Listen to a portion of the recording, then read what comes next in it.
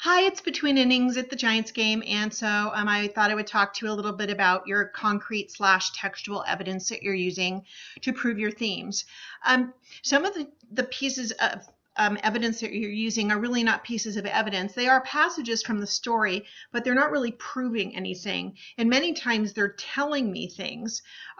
For example, if you say something like Jolene Shanks hates her father-in-law, she already says that she hates her father-in-law, so that's not really proof that hate exists or that hate leads to destruction.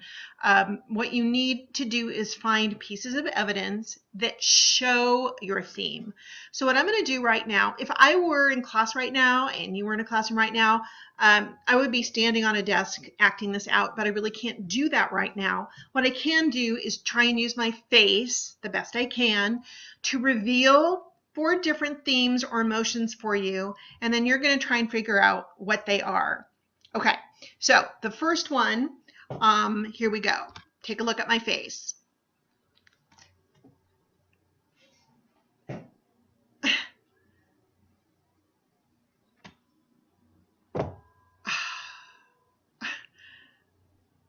Okay, so that's number 1.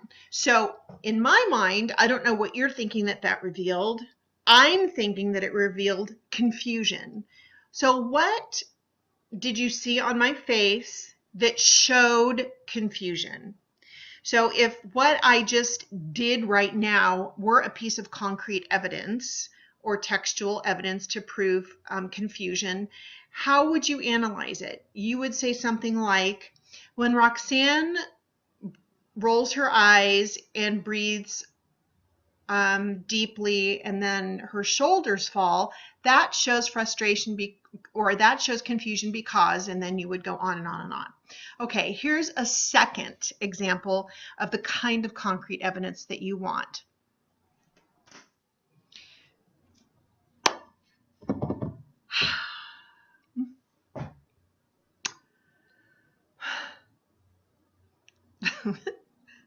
Okay, so in my mind, I don't know what you saw, but the theme or emotion that I was thinking about was happiness, that I was happy. So instead of finding a passage that says Roxanne says she feels happy, you would use a piece of evidence that shows that I'm happy. So you would say something like, when Roxanne smiled and looked up, that represents happiness because, and then you would continue your analysis. Okay, so here's a third emotion.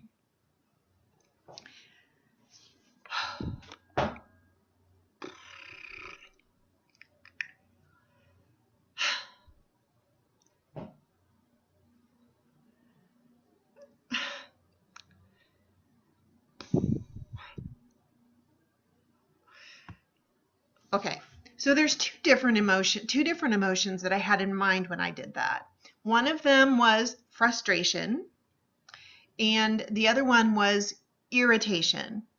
So looking at what I just did with my face and my shoulders, I don't know if you can see my shoulders, what is it that I did that showed that I was either irritated or frustrated? Okay, so whatever you saw, let's say you were writing a paper about themes in Roxanne's life, and you were writing about frustration or irritation, you could use this as an example, and you would say, when Roxanne breathes a heavy sigh, that shows frustration because, and then you would continue your analysis.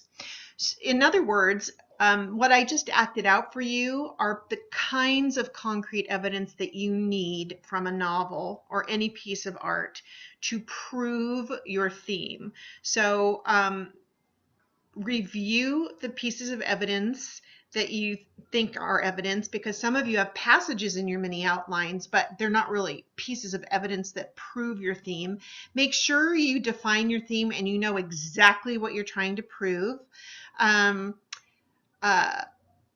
I'm really proud of you guys. I'm really excited to read the next drafts. If you're interested in resubmitting a mini outline before you start on your almost final rough draft, I'm more than willing to take a look at it. I'll be looking at my computer later tonight and then again tomorrow morning. So if you're interested, just you can resubmit it to the discussion board, or you can email it to me as an attachment. Let's see what else. I think that's it. So go Giants. And I look really forward to reading either your next mini plot update or your almost final rough draft. I'll talk to you later. Bye.